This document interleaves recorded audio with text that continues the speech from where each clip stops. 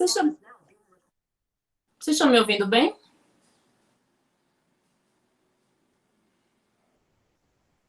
Tá. Então vamos lá. Bom, então os tópicos do curso é eletricidade, que é a parte de eletrostática e eletrodinâmica, e a parte de magnetismo. Eu quis trocar porque os meninos que foram meus alunos no terceiro, eu dei essa parte, então eu achei melhor trocar até para você não ver com a mesma pessoa o mesmo conteúdo. E aí os alunos do primeiro ano, que eu vi que tem Nathalie, eu acho que tem Rayane, e eu não vou lembrar o nome de todo mundo, talvez vocês sintam um pouco de dificuldade. Mas eu acredito que com todo o material que a gente foi colocando, se você tiver um tempinho para estudar, você consegue acompanhar. É um pouco difícil em alguns momentos, porque precisa de conteúdos anteriores, mas aí a gente vai trabalhando junto, eu acho que dá certo.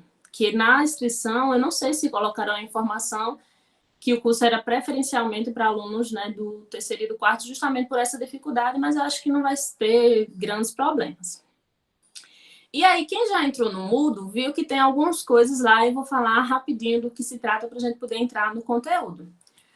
A escolha do tema, que é eletricidade e magnetismo, é porque é o segundo tópico que mais cai na prova do Enem. E aí a gente ficou, discute mecânica ou eletricidade, já que a gente tem pouco tempo. Ao meu ver, a mecânica ela é mais fácil de você aprender sozinho, até porque é um dos conteúdos que passou o primeiro ano inteiro falando em mecânica, velocidade e aceleração. Então, eu acho que o segundo tópico que geralmente cai, que teria maior grau de dificuldade, é a eletricidade, e por isso a gente escolheu esse tema. Eu vou ficar com essa parte, né, de eletrostática e eletrodinâmica. Se vocês já fuçaram um pouco o Moodle, viram que tem uma avaliação do Enem de 2019, é feita pela hora do Enem. Eles discutem a prova, o nível de dificuldade e as questões que apareceram. Eu super sugiro que você olhe essa prova, porque a gente não tem garantias que vai ser uma prova igual, mas ela já aparece com uma estrutura diferente. Eu acho que vale a pena dar uma olhada no vídeo, não é tão grande, então é legal que vocês vejam. Nesse íconezinho do livro, não tem nada demais, é apenas eu escolhi o Khan Academy, não sei se vocês conhecem, mas são vídeos sem, pelo menos na parte de física, eles não aparecem a pessoa que está dando aula, não tem grandes enfeites nos vídeos, eles são bem crus, então dá para você ganhar tempo no conteúdo. Se for um aluno do terceiro ou do quarto ano que já viu, no caso do quarto ano, né, já concluiu o terceiro e viu o conteúdo de eletricidade, é interessante que ganhe tempo. Então, o Khan Academy me ajuda nisso, porque são vídeos diretos. Fala o conteúdo, mostra como é e já vai para aplicações. Eu acho legal. Para quem tiver alguma dúvida, estiver estudando e quiser questionar alguma coisa, tem o fórum, tire sua dúvida. Você pode mandar sua pergunta ou uma questão que você esteja resolvendo e sentiu dificuldade, que aí eu vou responder ao longo da semana. Tem uma lista de exercício, uma única que eu coloquei até agora. São 20 questões de eletrostática. Depois eu vou responder e colocar o gabarito. Eu espero depois fazer uma outra da parte de eletrodinâmica.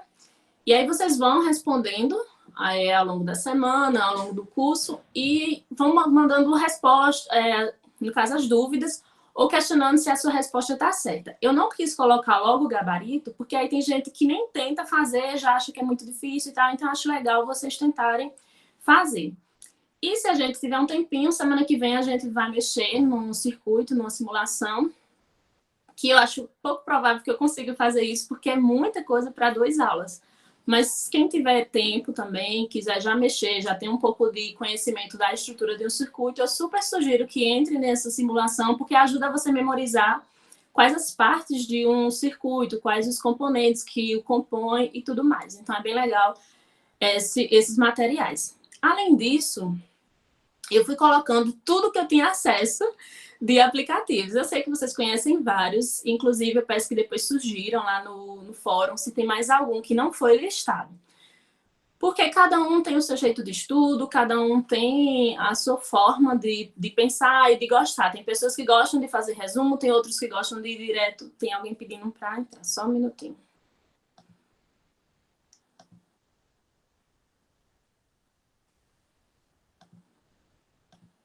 Eu acho que já foi.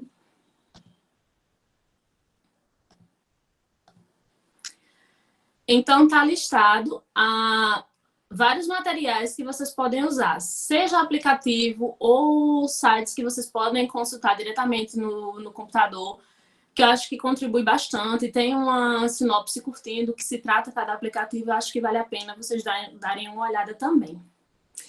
E se você não tiver a menor ideia de como começar a estudar para o Enem, porque é muita coisa, vocês vão ter várias disciplinas, aí eu coloquei lá orientações de estudo, que é listando os tópicos que mais caem na prova, para você ir estudando e você pode ir riscando aqueles que vocês viram. Por exemplo, essa semana e a próxima vocês vão estar com eletricidade. Aí vai lá e marca, depois magnetismo e assim sucessivamente, que talvez ajude vocês a estudarem.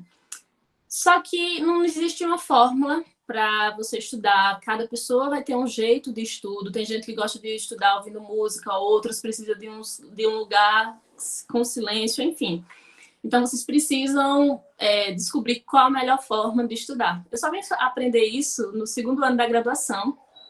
Então, não é fácil, porque às vezes você se dá super bem na escola, nas provas, porque são provas que nivelam a turma toda. Mas só que aí, quando você se depara com a Enem, a prova é muito extensa. É uma prova que demora muito, você fica super saturado. Depois de 4 horas, você já não aguenta mais, nem está mais conseguindo pensar. Então, você realmente precisa encontrar um mecanismo que lhe ajude a estudar. Se for resolvendo já questões, já vou partir direto para questões, vou resolver. Se eu tiver dúvida em algum conteúdo, aí eu procuro. Isso é uma forma. E tem outras pessoas que precisam ver o conteúdo primeiro para depois responder as questões. Só que isso é pessoal. Então, por isso que eu coloquei tudo que eu tinha de material. Depois vocês podem escolher o que vocês acharem melhor, tá bom? E aí agora eu peço que vocês escaneiem esse QR Code. Eu vou botar no chat o link também para quem tiver dificuldade de escanear.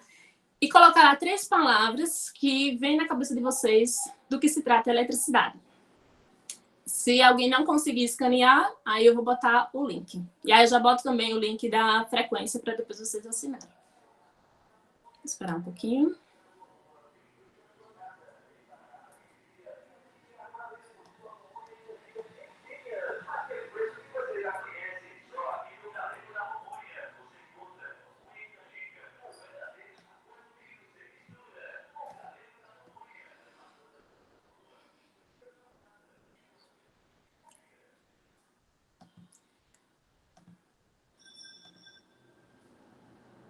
Aí, depois que vocês começarem a escrever as palavras, a gente vai...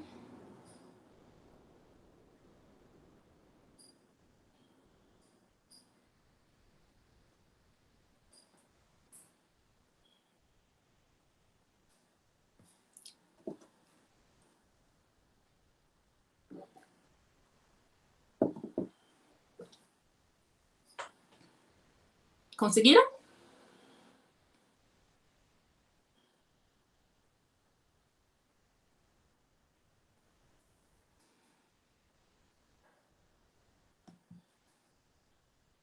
Elétron.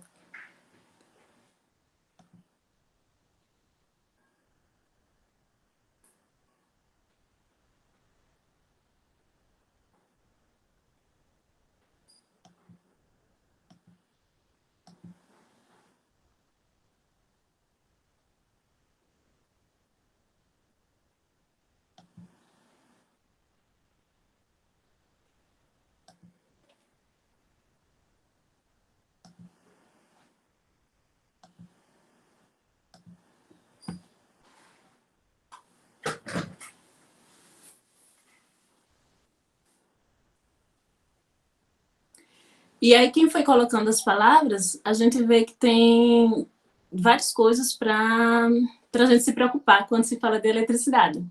Corrente elétrica, elétron, choque. Acho que só 3 pessoas colocaram, vamos, né? 4 pessoas colocaram. Vamos participar, né, gente? É o segundo link que está no chat. Eu pensei em várias outras palavras, que inclui esse emaranhado da eletricidade, que tem a questão do campo elétrico, do potencial elétrico, resistores, capacitores, amperímetro, voltímetro, que mais? Aí tem circuito em série, circuito em paralelo, tem geração, carga, lâmpada, corrente, isso, campo, máquinas. Bom, e de fato, o campo da eletricidade ele é muito amplo e, por vezes, se torna difícil você acompanhar tudo e você compreender tudo.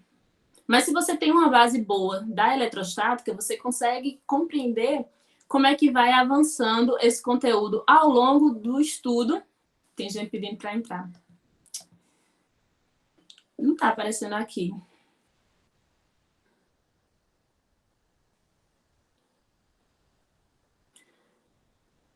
Bom, vocês já sabem, na próxima aula vocês precisam chegar até 2:05. Ainda que precise, nem que seja sair para beber água, mas entra até 2:05, porque senão a gente fica perdendo tempo. E eu não consigo ver. Quando eu volto para aqui, já tem caído a solicitação. Eu vou dar continuidade, tá, gente? Depois eu peço desculpa por e-mail ao pessoal e avisando que tem que chegar pelo menos 2:05, ainda que saia e volte depois. Bom, então, a eletricidade realmente é um campo grande, que envolve muita coisa. Só que para facilitar esse processo, você começa o estudo pela estrutura da matéria e depois por carga elétrica, que basicamente é você compreender a estrutura atômica. Aí a gente parte da estrutura atômica, que é um conteúdo que você vê na química também, que é relativamente simples você entender a estrutura de um átomo. Mas aí você entender toda a estrutura da matéria é um pouco complicado, porque aí vem a questão das interações moleculares. Depois que você entender essa parte da eletrostática, aí a gente vai para as aplicações, que é toda a questão da eletricidade em si, tanto quanto como ela é gerada, como o controle dessa eletricidade. Então, realmente é muita coisa. E hoje só vou dar um geral dessa parte de eletrostática. Como eu disse, a gente não tem tanto tempo, são 2 aulas, então eu espero que realmente vocês estudem e mandem as dúvidas pelo fórum, tá? Agora sim a gente vai entrar no conteúdo, então se vocês não entenderem alguma coisa do que eu falei, aí liga o microfone e pergunta, tá? Porque também se mandar a dúvida no chat eu não vou conseguir ver, a não ser no final da apresentação. Bom, e aí a carga elétrica, você pode calcular através do número de elétrons que compõem esse átomo multiplicado pela carga elementar. E aí, basicamente, eu vou ter o valor da carga multiplicando esses 2 valores. Então, se eu tenho um átomo de hidrogênio, eu só vou ter um elétron, seria multiplicar lá no Nzinho, colocar no Nzinho o número 1 e multiplicar por 1,6, eu teria a carga elétrica que vai compor o meu campo elétrico lá na frente. Se eu não tenho um átomo de hidrogênio, eu tenho um outro com 8, 16, 32 elétrons, então esse número tem que aparecer. E também eu posso ter mais de um elétron, mais de um conjunto de átomos, que aí eu vou ter um número de elétrons maior. Então, esse número geralmente é dado em questões, mas a gente não vai entrar na parte de cálculo agora. Só quero que vocês entendam que, se eu quero determinar a carga elétrica, eu preciso conhecer o número de elétrons e de prótons que tem o átomo. E aí, por isso que a tabela periódica ela é tão funcional, porque ela acaba dando toda aquela numeração, embora que ninguém vai decorar toda a tabela periódica. Mas a tabela ela funciona porque ela tem um número atômico e tem os números de orbitais que a distribuição no Teorema de Pauling também que ajuda a essa compreensão da estrutura da matéria. Mas a gente vai voltar a falar nisso já de uma forma aplicada para ficar mais claro de compreender. Só que aí a gente já vai para uma questão. Leia as afirmativas abaixo e calcule e classifique como verdadeiras ou falsas. Na estrutura de um átomo, os prótons e os nêutrons estão localizados no núcleo. Ok, né? Um cátion tem carga positiva, pois recebeu carga de um próton livre. Aí essa vocês respondem, porque ela é mais difícil. Pode ligar o microfone, viu, gente? E aí, um cátion tem carga positiva e é devido a ter recebido um próton livre? Fala um de cada vez. Gente, sério, eu preparei a aula para vocês participarem, porque se eu ficar 2 horas falando, vai ser super chato. Então, vocês vão participando. Pode falar aí. Tá errado, porque se ele receber um próton, vai mudar o elemento químico. É isso, gente? É quase isso, Ian. Mas só que aí, qual é o problema do Enem? A gente precisa analisar as alternativas. Porque tem alternativas que elas são muito semelhantes. E aí você fica em dúvida, geralmente, em duas, e as duas parecem estar muito certas. O erro dessa questão, independente do conceito que você falou certo, mas o erro da questão é dizer que tem um próton livre. Não existe próton livre. Existem prótons, que podem carregar uma carga elétrica positiva ou negativa, porque aí, se for negativo, tem o maior número de elétrons. Então, essa alternativa, pode falar. Eu posso concordar que eu não tenho certeza da linguagem da pergunta, mas eu sei dizer que um cátion, ele tem... um cátion tem carga positiva porque ele perde um elétron que vai ir para outro átomo, não lembro. Mas é isso, é porque ele perde um elétron e não porque ele recebeu algo. Ele fica carregado positivamente. Exatamente. Aí eu coloquei a imagenzinha aqui para lembrar. É exatamente o que Ian falou, porque ele vai ter uma quantidade maior de prótons, ou dito de outra forma, como a Nathalie falou, ele vai ceder um elétron, então, consequentemente, o número de prótons vai ser maior. Então, vai ter carga positiva. Mas não porque recebeu carga de um próton livre. Próton livre não existe. Quem sai do átomo são os elétrons. Os prótons, eles ficam contidos no núcleo do átomo, certo? Então, você poderia pensar assim, mas o cátion tem carga positiva. Então, qual é o erro da questão? Justamente por não ter próton livre. E aí, a terceira. Um íon é um átomo de carga total igual a zero. Quem é que sabe o que é um íon?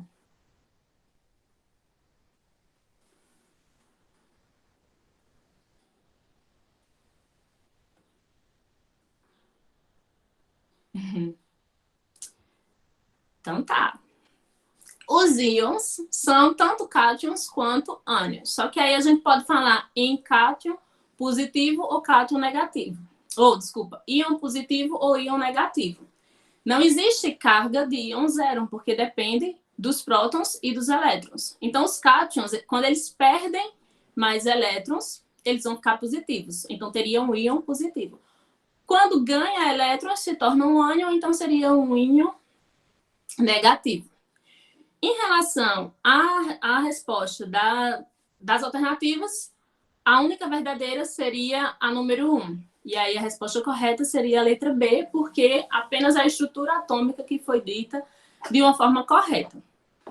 E aí esse é o problema do Enem. Uma questão pequena assim, você consegue analisar com mais calma e conseguir identificar os erros. Porque se você lembrar que íon tem que ser positivo ou negativo, então não tem como ser uma carga zero. Ele vai ter prótons e elétrons, mas aí vai depender só essa variação de quantidade. Não tem como ele ser zero. E aí por isso que você tem que lembrar esses conceitos e ter eles muito fixos na sua cabeça, porque você acaba perdendo uma questão por um deslize que foi dado. E aí sim, vamos para a eletricidade estática. A eletricidade estática, ela é essa relação que existe entre os materiais e a sua estrutura atômica. Por exemplo, a eletrização por atrito, ela ocorre quando existe o atrito de dois materiais. Às vezes, você pode observar isso, geralmente em alguns vídeos ou esses programas de ciência, mostra essa eletrização por atrito. Ou para prender um canudo na parede, alguns exemplos bem simples, mas que mostram como que ocorre essa eletrização. E aí, para você lembrar da eletrização por atrito, você tem que lembrar que ambas se eletrizam, ou seja, os dois objetos terão carga. Os dois objetos que você está atritando vai ter essa carga positiva ou negativa, que aí você vai analisar de acordo com a situação que esteja colocando. Nesse caso, está sendo eletrizado a régua e a régua vai atrair o papel. Então, a gente não tem como quantificar quantos elétrons tem em cada um dos materiais, mas é possível observar a eletrização por atrito. Na eletrização por contato, você tem um objeto já carregado, você não precisa ter o atrito dos objetos, basta apenas aproximar para que se possa eletrizar um corpo. E aí o corpo que anteriormente estava neutro, ele passa a ser eletrizado, porque aí tem esse elétron que foi passado para o outro objeto. Então, na eletrização por contato, a gente libera um elétron e aí o outro corpo fica eletrizado. E o terceiro tipo de eletricidade estática é por indução. O exemplo mais simples que se tem da indução é quando, não sei se vocês vivenciaram isso, mas aquelas televisões que tinha o tubo catódico, aqueles tubos bem grandes atrás, às vezes do nada você passava o seu braço e sentia uma faísca, ou então o pelo do seu braço levantava. Isso é eletrização por indução. Você não tem o contato, mas você percebe que alguma coisa está acontecendo nesse corpo. Ou então, depois eu vou ter esse exemplo, vou trazer esse exemplo, naquele gerador de Van de Graaff, onde o cabelo da pessoa fica todo em pé, sem nada está acontecendo. Só que, na verdade, está, que é a passagem desses elétrons. E aí eu posso ter falado desses 3 exemplos, vocês não terem entendido nada, mas eu vou exemplificar. Agora vocês precisam lembrar que são 3 processos de eletrização. Por atrito, tem que ter esse choque dos materiais. Por contato, basta a aproximação. E por indução, como o próprio nome sugere, está sendo induzido algo. No caso, é induzido os elétrons. Antes da gente ir para o exemplo, eu já trouxe uma questão também para a gente ver como é que isso funciona quando é analisado, quando é cobrado. Oi. Desculpa interromper, mas é que eu queria que a senhora voltasse um pouquinho lá por indução, por favor. Tá. Rapidinho. Não fiquem... Não é que eu só queria ler o resto que eu não tinha visto antes. Então, tu ficou com alguma dúvida? Ou só queria... Não, era só para ler mesmo. Tá. Obrigada. O slide, gente, eu mando para vocês depois. É porque eu acho que eu preparei coisa demais para uma aula só. Eu estou correndo. Mas se algo vocês não entenderem, por favor, falem assim como a Catarina fez, tá? Bom, e aí um exemplo clássico dessa aplicação é os para-raios. Quando tem uma tempestade muito grande, eu botei uma coisinha, você pode achar que é top, que eu acho fantástico o filme, mas não tem nada a ver. O poder das pontas faz com que atraia essas cargas. As nuvens, elas ficam muito carregadas de elétrons, e aí precisa ser descarregado para algum lugar. Em edifícios mais altos, é preciso colocar esse para-raio para evitar alguns problemas, como, por exemplo, uma descarga elétrica em uma pessoa, ou em um carro, ou até mesmo no próprio edifício e provocar rachaduras. Eu coloquei um link de uma notícia que aconteceu, de uma descarga que aconteceu em Salvador, depois se vocês quiserem ver. Eu acho legal, porque as provas da ANEM é muito imprevisível, mas geralmente traz questões de cotidiano. Então, embora aqui não caia o exemplo de Salvador, se vier uma questão sobre os processos de eletrização, pelo menos você vai ter uma noção de como ocorre. Aí agora vamos para a questão. O uso do para-raios faz com que o percurso da descarga elétrica entre a Terra e as nuvens seja mais seguro. De fato, porque ele, ao invés de ter essa descarga para qualquer lugar, o para-raios vai atrair toda a descarga. O objetivo desse aparelho é proteger certa região, edifícios, residências ou assemelhados da ação devastadora de um raio. O para-raios é um dispositivo composto por uma haste metálica com pontas nas extremidades, que devem ser colocadas na parte mais elevada do local a ser protegido. A parte inferior da haste é ligada à terra por meio de um cabo metálico conectado a uma haste de ferro galvanizado e introduzido profundamente ao solo. Resumindo, é uma haste de ferro enorme que é colocada na terra, assim como os fios terras que a gente tinha em computador de mesa. Agora não é necessário, se você quiser fazer na sua casa é interessante porque protege. Mas como todo mundo usa notebook, não tem mais essa necessidade do fio terra. E daí isso leva a concluir que o funcionamento de um para-raio é baseado. Aí, qual é o conceito da física que a gente tem presente na estrutura do para-raio para que ele funcione? O efeito Joule e a indução eletrostática, a blindagem eletrostática e o poder das pontas, a indução eletrostática e a blindagem eletrostática. No efeito Joule e o poder das pontas, a indução eletrostática e o poder das pontas.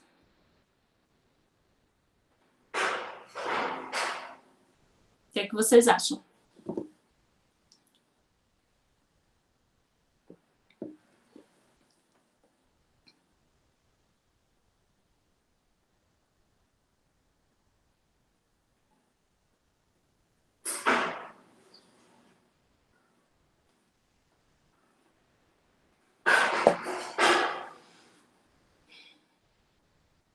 Vocês estão lendo ou vocês não sabem?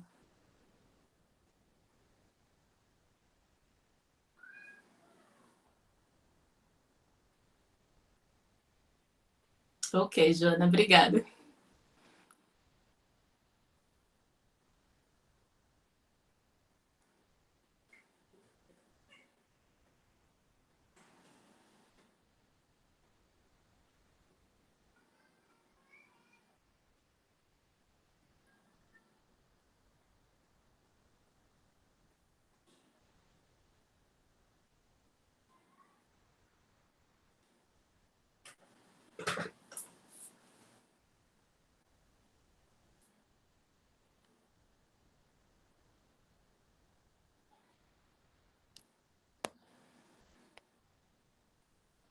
Letra C.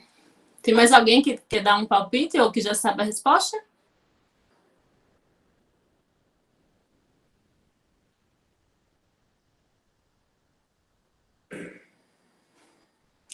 Bom, então é a letra E, porque o que está acontecendo é que as cargas elas estão deixando a nuvem muito densa. E aí, quando a gente tem um para-raio, faz com que tenha essa concentração de cargas em um único ponto, e aí, através do poder das pontas, se atrai essa carga. Como não tem contato algum, é indução eletrostática. Então, são dois conceitos presentes no para-raio. A indução eletrostática e, pelo poder das pontas, atrai essas cargas para o para-raio.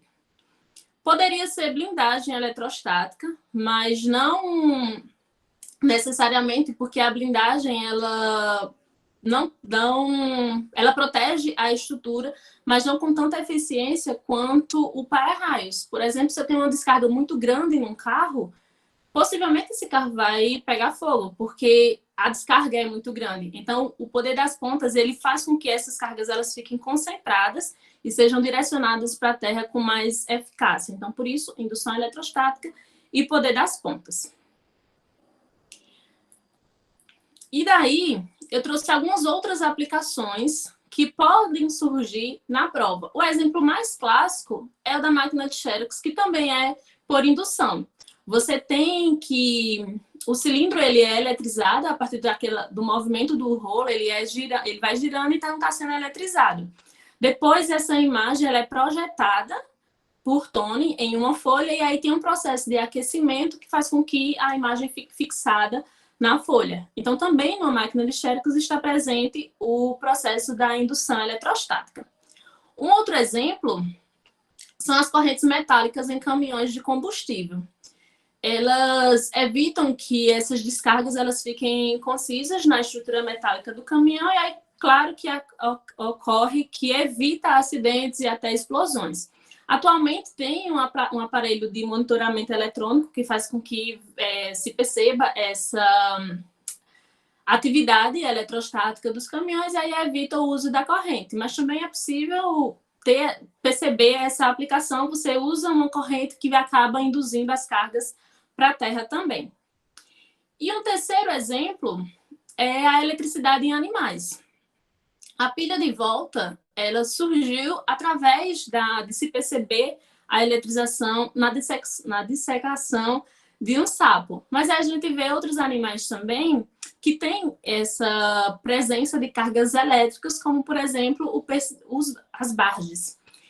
E aí também tem as raias, tem as enguias. Então, é possível que a gente espere uma questão que envolva a biologia molecular e a física, porque são conceitos que dá para você relacionar.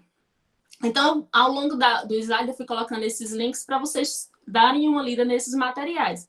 Porque eu pensei, questões de física você tem um monte. Vocês podem só colocar no Google o conteúdo que vocês querem, que vocês vão achar várias questões. Então, eu fui trazendo mais dicas mesmo para que possa ajudar nesse processo de estudo para o Enem. Então, depois eu sugiro que vocês leiam a matéria, tá? Alguns são vídeos também, porque aí ajuda a ter uma diversidade de material. Bom, então, essas são possíveis, aliás, são aplicações da eletrostática e possíveis conteúdos que possam surgir na prova, depois vocês veem. Em relação ao princípio eletrostático, tudo isso acontece porque a gente tem cargas que se forem de mesmo sinal, vai ocorrer a repulsão. Seja uma carga positiva ou uma carga negativa. Foi de sinal igual, ocorre a repulsão. Quando é cargas de sinais contrários, vai ocorrer a atração. E aí esse princípio eletrostático faz gerar aplicações, e são essas aplicações que fazem com que um pouco mais à frente a gente tenha a corrente elétrica. Então, a eletrostática ela é relativamente simples, porque ela te dá a base para compreender como que surge a eletricidade. Então, a gente precisa entender a estrutura da matéria e o comportamento dessa carga elétrica para depois ir avançando no estudo. Então, esse é um princípio eletrostático que mais à frente vai ser necessário vocês terem em mente. O que é simples, porque a gente acaba ouvindo que os opostos se atraem, e está correto, mas aí vocês agora trazem isso para a física. Cargas de sinais contrários, elas vão se atrair. Isso vai implicar diretamente no comportamento do campo elétrico, que aí tem a demonstração através de linhas de força e tudo mais, que vocês vão ver também. Bom, aí sobre o que eu falei até agora. Julgue as seguintes alternativas como verdadeiras ou falsas. Eu vou dar o tempo logo de vocês lerem, porque eu acho que vai ficar mais fácil. Você lê e já tenta responder.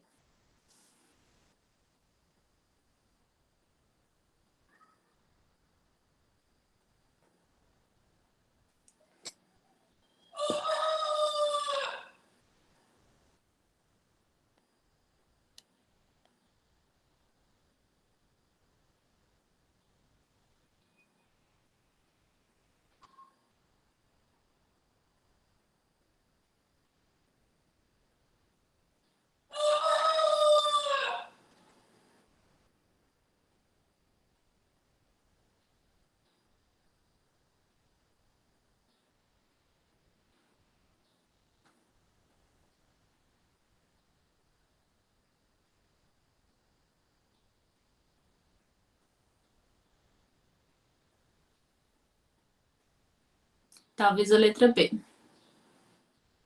Talvez bem certo. É isso aí, gente. Letra B. Olha, eu sei que tem gente que ainda está respondendo, mas devido ao tempo, então não me odeiem, tá? Dois corpos com cargas de sinais opostos se repelem. A gente acabou de ver que se atrai. Então, essa é falsa. Aí você só pode ter B, C ou D. Depois, um corpo neutro sempre atrai um corpo carregado, não importando o seu sinal. Isso é eletrização por atrito. Então, perfeito, está correto, só sobra B ou C.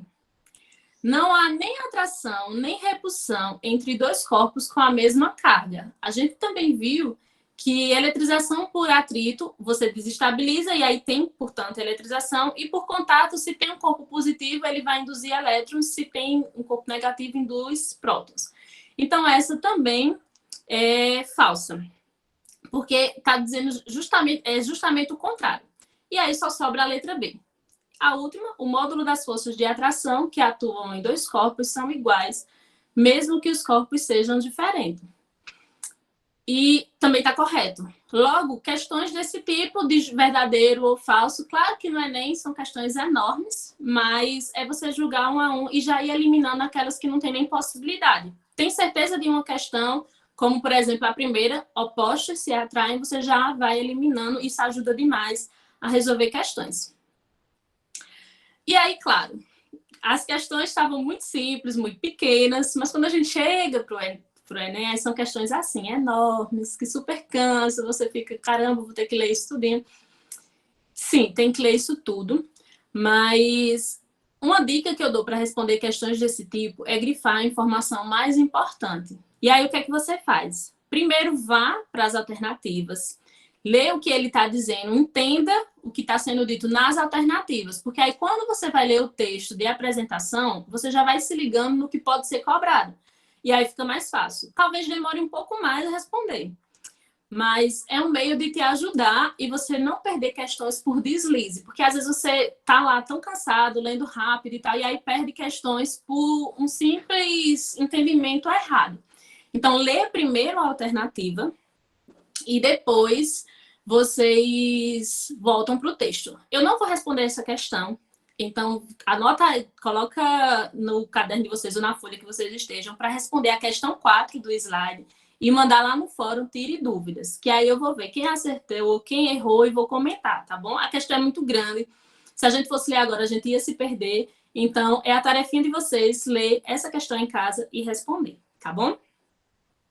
Sim, mas em relação a esse tipo de questão, ela vai envolver eletricidade, eletrostática e já um pouco à frente a parte de eletrodinâmica. Se vocês estão percebendo, tem uma bateria, um eletrodo positivo e um eletrodo negativo. Então, você precisa saber as duas coisas, tanto a eletrostática quanto a eletrodinâmica. E aí, ver o enunciado, o que é que vai estar sendo cobrado. Por isso que eu digo para vocês que essa parte inicial, embora seja relativamente simples, ela é muito necessária para o andamento das questões e para você compreender também como é que isso é cobrado na prova. Portanto, respondam a questão, depois a gente comenta lá no fórum. Aí, essa sim a gente faz porque ela é um pouquinho menor.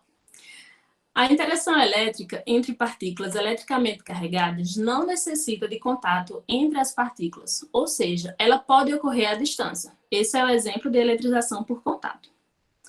A interação ocorre por meio de campos elétricos que dão origem a uma lei de força conhecida como lei de Coulomb. A magnitude da força que atua entre as duas partículas eletricamente carregadas depende apenas. E aí, quem já cursou o terceiro ano e que está no quarto, ou que está no terceiro, mas mesmo sem aula, quis dar uma olhada, viu que essa é uma das primeiras equações que aparecem na eletrostática. Então, qual seria a relação da lei de Coulomb com as cargas? Deem as alternativas e tenta já identificar qual é o enunciado da lei de força eletromagnética, eletrostática.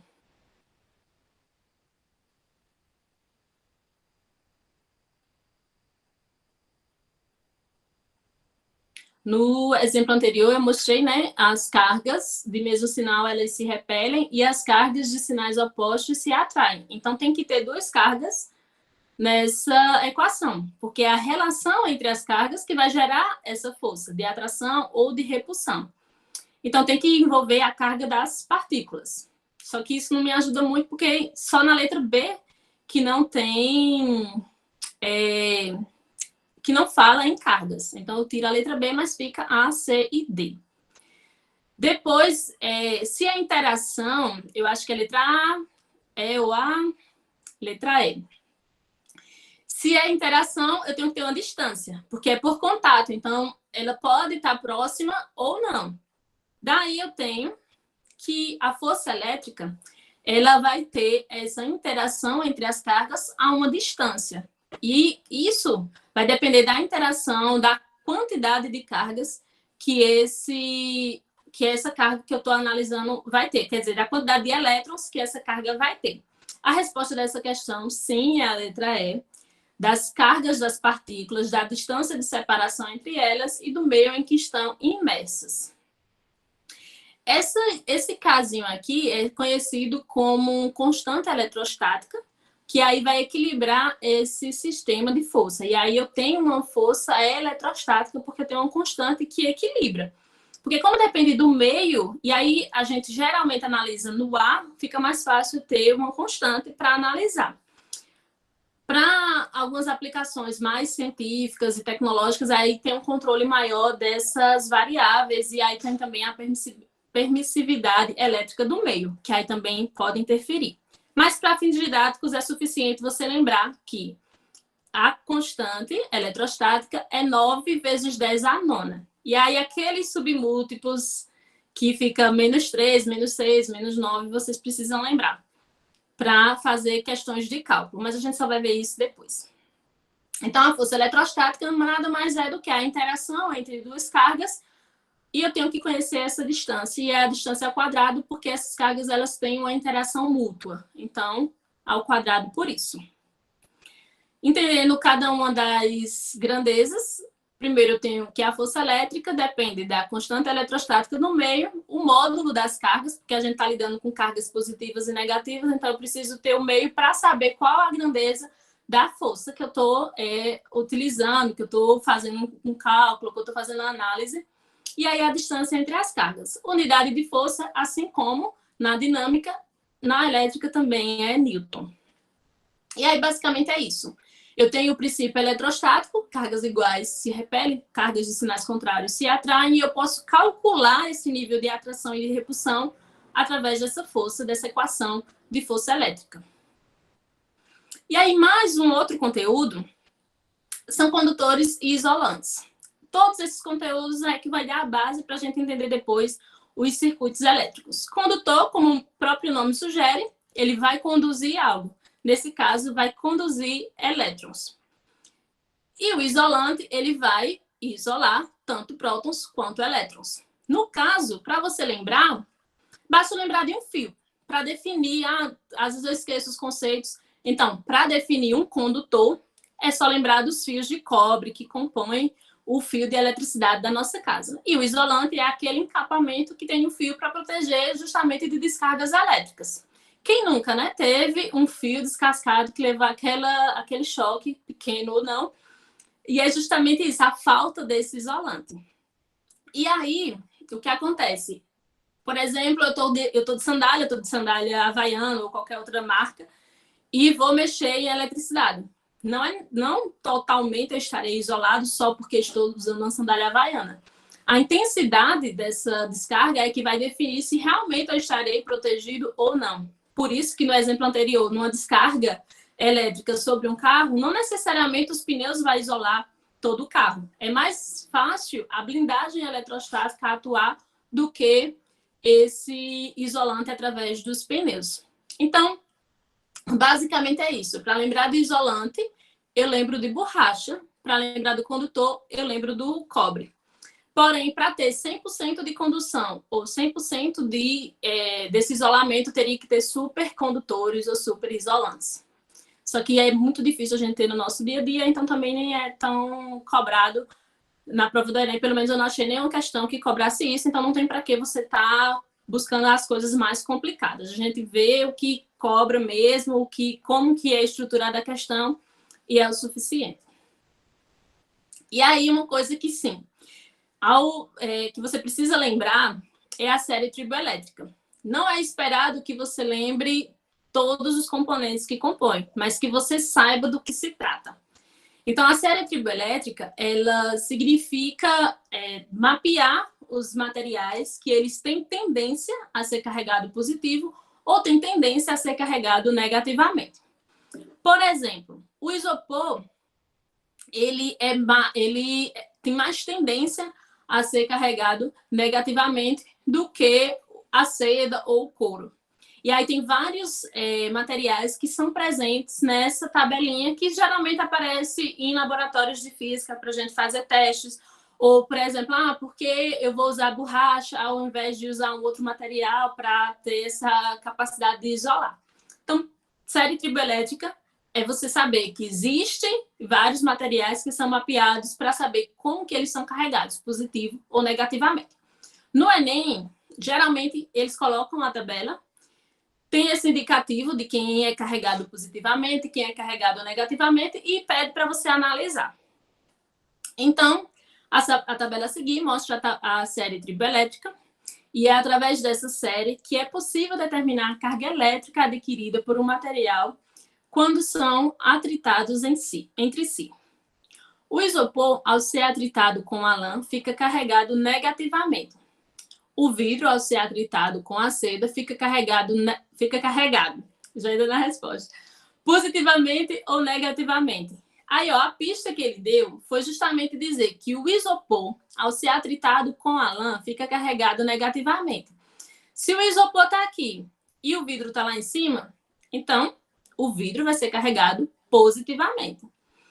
E aí falta só você saber se é porque ganhou ou perdeu, ganhou prótons ou perdeu elétrons. O que é que vocês acham?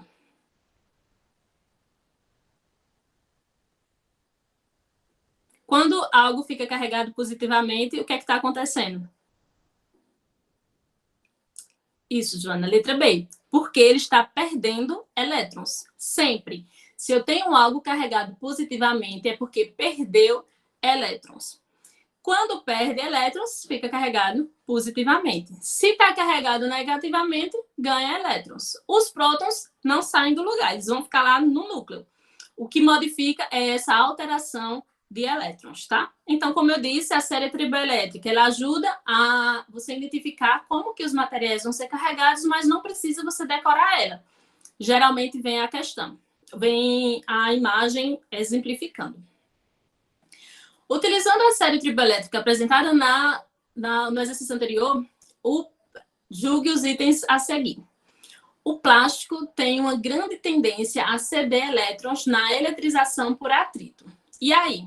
Você tem que ver onde é que está o plástico. O plástico ele vai ficar carregado o quê? Positivo ou negativo?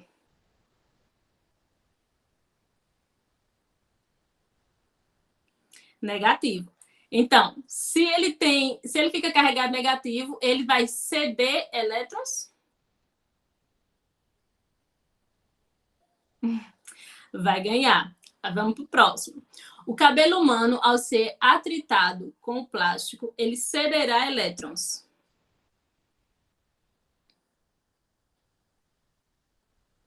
Vai ceder? E o próximo. Isopor e plástico, caso atritados, dificilmente ficariam eletrizados. E aí? No caso, eles sendo atritados entre si. O isopor e o plástico, eles têm tendência a ser carregados negativamente. Então, dificilmente ficariam eletrizados? Ok, porque eles estão carregados com a mesma carga, os dois já são negativos. Então, dificilmente, não está dizendo que isso não acontece, mas que dificilmente, eles são eletrizados. Então, a resposta é a letra B, porque a número 1 está errada. O plástico ele não tem tendência a ceder elétrons, porque ele vai ficar carregado negativamente, então ele tem que ficar com mais elétrons. E aí a gente chega no conteúdo de campo elétrico. Essa parte até agora foi introdutória, só para vocês entenderem como que é estabelecido o campo elétrico. E aí, a tempestade é um bom exemplo, não a tempestade do X-Men, foi apenas ilustrativa, mas a tempestade ela é um bom exemplo de atuação do campo elétrico. Não uma atuação boa, porque se você sofre uma descarga, possivelmente você vai morrer, mas é um fenômeno natural que está presente no nosso cotidiano. Acho que no Brasil a gente não sofre tanto, pelo menos não na nossa região, né? Talvez mais no sul, com grandes tempestades. Mas em outros lugares do mundo, sim, tem sérios problemas com tempestade, então foi preciso compreender o que estava acontecendo e daí surgiu, né, essa conceituação do campo elétrico. E aí o campo elétrico é uma região do espaço que tem a capacidade de criar forças da natureza elétrica. Então, basicamente, um campo elétrico, você vai ter essa interação de cargas. E no caso de uma tempestade, é uma nuvem altamente carregada negativamente. E aí, quando ela fica muito pesada, sofre essa descarga. E o outro exemplo de campo elétrico também pode ser a partir dessa experiência, essa última foto no canto, que é você tá sendo induzido cargas para você e aí você percebe essa interação eletrostática. Bom, tem pessoas, não sei se todos vocês, mas que gostam de várias animações, desenhos, Marvel, DC e tal. Só que a gente tem que separar o que é ficção do que é realidade. No entanto, em alguns casos, o Enem traz, já trouxe o Homem-Aranha, já trouxe o Superman. Então, eu fui procurar um texto que trouxesse algo científico e baseado nesses super-heróis. E aí a sugestão de leitura é os superpoderes elétricos no mundo real. Porque vai que cai uma questão sobre isso, vai ser justamente um paralelo entre a ficção e a realidade, assim como foi nas questões anteriores. Como eu mostrei antes para vocês, a gente tem a presença da eletrostática numa máquina de Xerox, a gente tem um caminhão que transporta gasolina, a gente tem animais. E aí a gente tem a ficção que acaba explorando isso de diferentes formas. Então, depois vocês recebem o slide e deem uma olhada nesse texto. É bem curtinho, os textos não são textos grandes, tá, gente? Mas super didáticos e que vão ajudar vocês a memorizar esses conteúdos. Porque as questões do Enem, como vocês sabem, são aqueles textos enormes. Então, se você já tem uma familiaridade, você vai conseguir compreender melhor o enunciado e, consequentemente, julgar melhor as alternativas. Aí vamos lá para o campo elétrico. O conceito de campo, ele tem de 3 tipos. Campo gravitacional, que a gente vê na parte de dinâmica. Tem o campo magnético, que vocês vão ver com Ed Nelson depois. E tem o campo elétrico.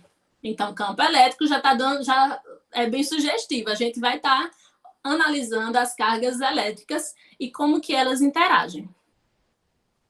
E aí, o campo elétrico é uma propriedade física que relaciona as duas cargas, que aí a gente denomina carga fonte, que é uma carga que vai ter maior número de elétrons, já que ela vai estar gerando essa interação. Tem também a carga de prova, que pode ser aquela que tem uma menor quantidade de elétrons, mas que gera essa interação, seja por atrito, contato, indução. E aí você, observando essa interação, gera o campo elétrico. E aí, claro, o campo elétrico ele pode ser calculado. E é bem simples a equação. Antes de a gente entrar na equação, existem 2 possibilidades do campo elétrico. Como a gente sabe, a gente pode ter uma carga positiva ou negativa. Então, se tem cargas positivas ou negativas, uma estrutura positiva ou negativa, a gente vai ter também campos positivos ou negativos. Um campo elétrico com carga positiva é conhecido como campo divergente. Isso porque as setinhas, onde tem essa letra E, a setinha está saindo para longe da carga.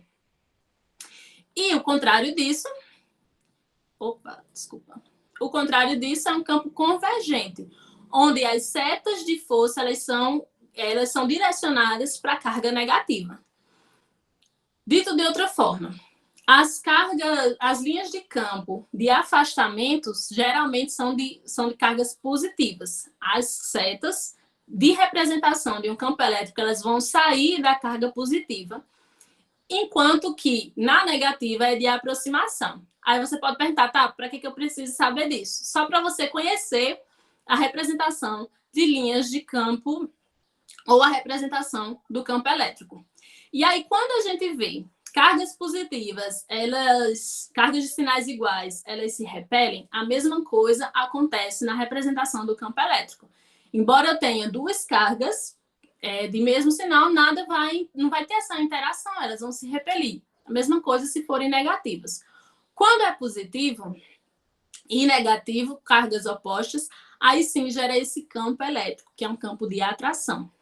E esse campo elétrico, só ele, a gente está analisando assim, não vai servir para muita coisa. Mas a gente precisa entender, como eu disse, a gente está tipo subindo uma escadinha, para compreender como é que funciona tensão elétrica, corrente elétrica e os circuitos. Então, embora que a gente não consiga associar diretamente a algo, a gente precisa ter uma noção do que é o campo elétrico. E aí, é só você lembrar, cargas iguais, elas se repelem, então as linhas também vão se repelir. Só que se for carga positiva, eu vou ter um campo divergente, com as linhas saindo da carga positiva. Se for negativa, aí eu vou ter setas se aproximando dessa carga. E se for contrários, vão ter essa representação das linhas de força. E aí, como é que isso é cobrado na prova? Embora que não tenha uma aplicação direta do campo elétrico, então o que na natureza eu observo a aplicação? Não tem essa aplicação exclusivamente do campo elétrico. A gente vê as situações como uma tempestade. Mas aí a representação das linhas, elas geralmente, quando aparecem na prova, é para você analisar o que está acontecendo em relação aos conceitos físicos. Então, é uma questão que vai te testar se você tem ou não domínio da conceituação física. Então, por exemplo, essa questão, ela pede que você analise a figura. A gente tem aí letra A, letra B, 2 cargas. As setas estão saindo de B e indo em direção a A. Então, só por observar essa imagem, vocês conseguem chegar em alguma conclusão em relação ao sinal das cargas?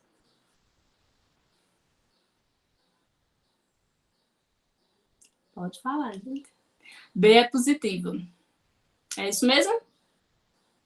Então, ó, quais são os sinais da carga A e B?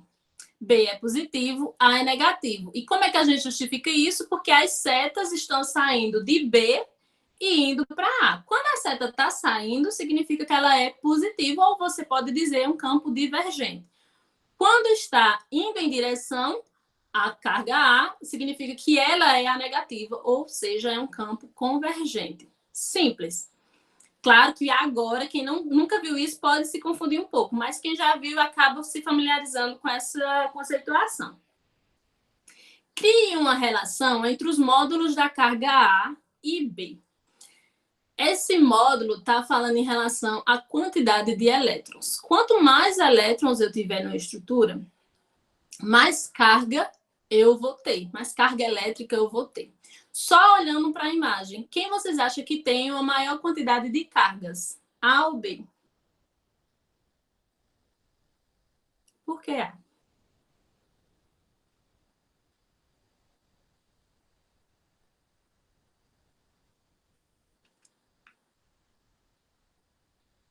O que mais recebe não, porque só tem um, então é ele que está recebendo tudo. O que a gente tem que julgar aí, gente, é a composição das linhas. Então, ó, B, embora seja positivo, ele está com a maior quantidade de linhas. Ou seja, ele tem um alcance muito maior. Você não tem como dizer, você não tem como mensurar a quantidade de carga. Mas você está vendo que a linha está tendo um alcance maior. Não está indo para A, porque são cargas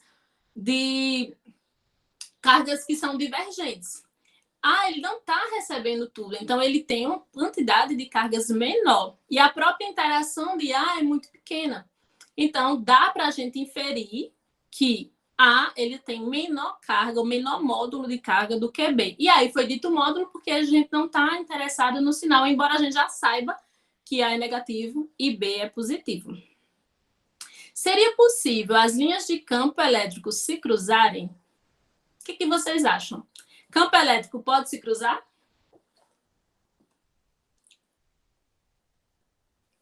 Por que não, Ian?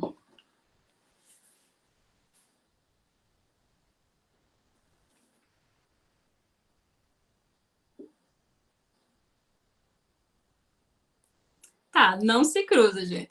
E não se cruza porque o que é percebido é que o comportamento das linhas de campo, elas, para se cruzar, teriam que ter cargas de valor diferente. Não, quando são diferentes, tem esse comportamento. Quando são iguais, tem esse. Mas em nenhum caso eu mostrei que elas se cruzam. E elas não se cruzam porque tem esse comportamento tangencial. E é como se fosse realmente se distanciar da carga de prova, ou da carga positiva, ou, no caso da carga positiva, se distancia, da carga negativa se aproxima, mas elas não podem se cruzar, porque isso fere o comportamento das linhas de campo que tem um movimento tangencial. Sabe lá em dinâmica, quando estuda aceleração centrípeta? E aí tem um exemplo clássico do carro que foi saindo pela tangente numa curva. E aí o motorista tem que frear para não sofrer esse acidente. É basicamente o que acontece com as cargas. É da natureza dessas linhas elas terem esse movimento tangencial. Uma aplicação dessa, você percebe nos aceleradores de partícula. Eles não são circulares. Embora a gente sempre veja a imagem lá daquela aceleração eletrostática de cargas elétricas circular, elas não são totalmente circulares, ela tem exatamente esse comportamento tangencial. Mas aí tem um dipolo magnético que faz com que elas voltem para o movimento circular. Então, não, as linhas não podem se cruzar, vai ter sempre esse comportamento tangencial, que é o caso da letra B aqui, que ela não foi para A, porque ela tem maior carga, mas ela continuou nesse movimento quase que circular, que aí a gente chama um movimento tangencial, certo? Uma outra questão, essa sim caiu no Enem de 2016, eu estou pegando algumas que não são necessariamente do Enem ou que eu modifiquei para ajudar na nossa discussão. E aí eu trago algumas do Enem que são menores, tá? Não deu para pegar todas as questões, porque tem umas muito grandes, e daí a gente perdia tempo. Bom, durante a formação de uma tempestade, são observadas várias descargas elétricas. Os raios que podem ocorrer nas nuvens para o solo, que seria uma descarga descendente, e do solo para as nuvens, que seria uma descarga ascendente, ou de nuvem a nuvem. As descargas ascendentes e descendentes podem ocorrer por causa do acúmulo de cargas elétricas positivas ou negativas, que induz uma polarização oposta ao solo. Essas descargas elétricas ocorrem devido ao aumento da intensidade. E aí agora vocês julgam as questões. Campo magnético, corrente elétrica, resistividade elétrica, campo elétrico ou força eletromotriz.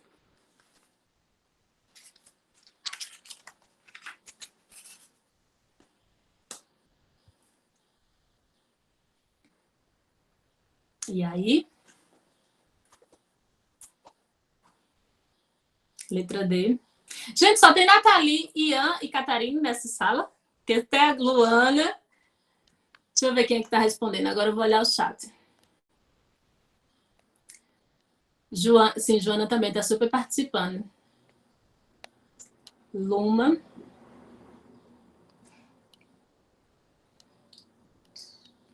Qual a justificativa? Tô lendo, calma aí, tá bom, gente. Deixar vocês lerem.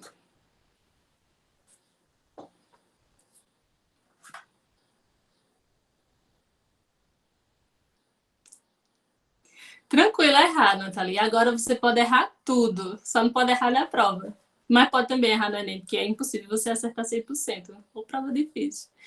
É isso aí, gente. Letra D. Campo elétrico entre as nuvens e a superfície da Terra. Que é só um exemplo do que a gente vem discutindo, né? Você matava essa questão pelo que a gente está estudando. A gente não viu nada de campo magnético, não viu nada de corrente até agora. Resistividade elétrica também não, força eletromotriz também não. Mas esse é um tipo de questão que, de fato, cai na prova do Enem. E aí você percebe que não é difícil. Você, embora nem lembre o que é polarização, você pode não lembrar exatamente alguns conceitos da física, mas dá para você ter uma noção do que é que ocorre numa tempestade. Descargas elétricas. Descargas elétricas está relacionado o quê? A cargas elétricas e qual é o fenômeno que se observa? O campo elétrico. Então, assim, você tendo uma noção dos conteúdos, você consegue fazer as questões. E aí, vocês podem estar perguntando, sim, mas não vai ter a parte de cálculo? Cai sim, a parte de cálculo, a gente ainda vai ver essa parte, mas essa parte específica da eletrostática, quando é cobrada na prova, ela é nesse estilo, conceitual. Já a parte de corrente elétrica e de circuitos é a parte de cálculo.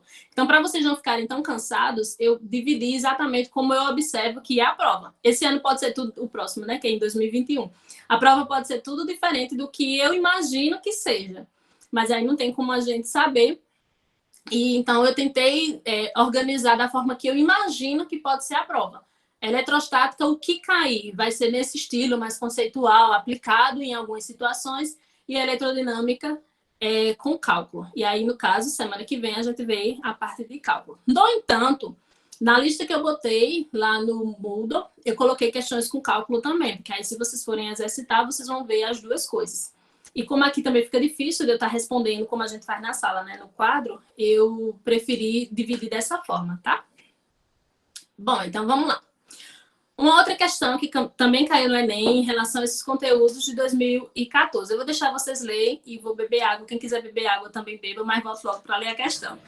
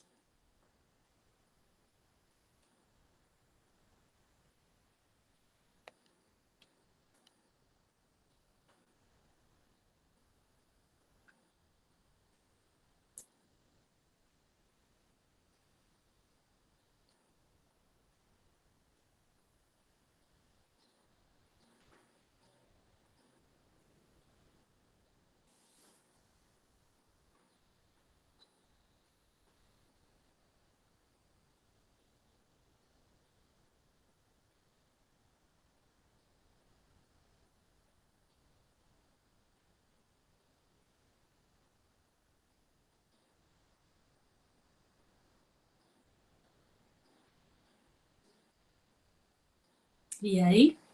Ainda tem a segunda parte, tá, gente? Terminarem de ler, vocês avisam. Então, a pergunta.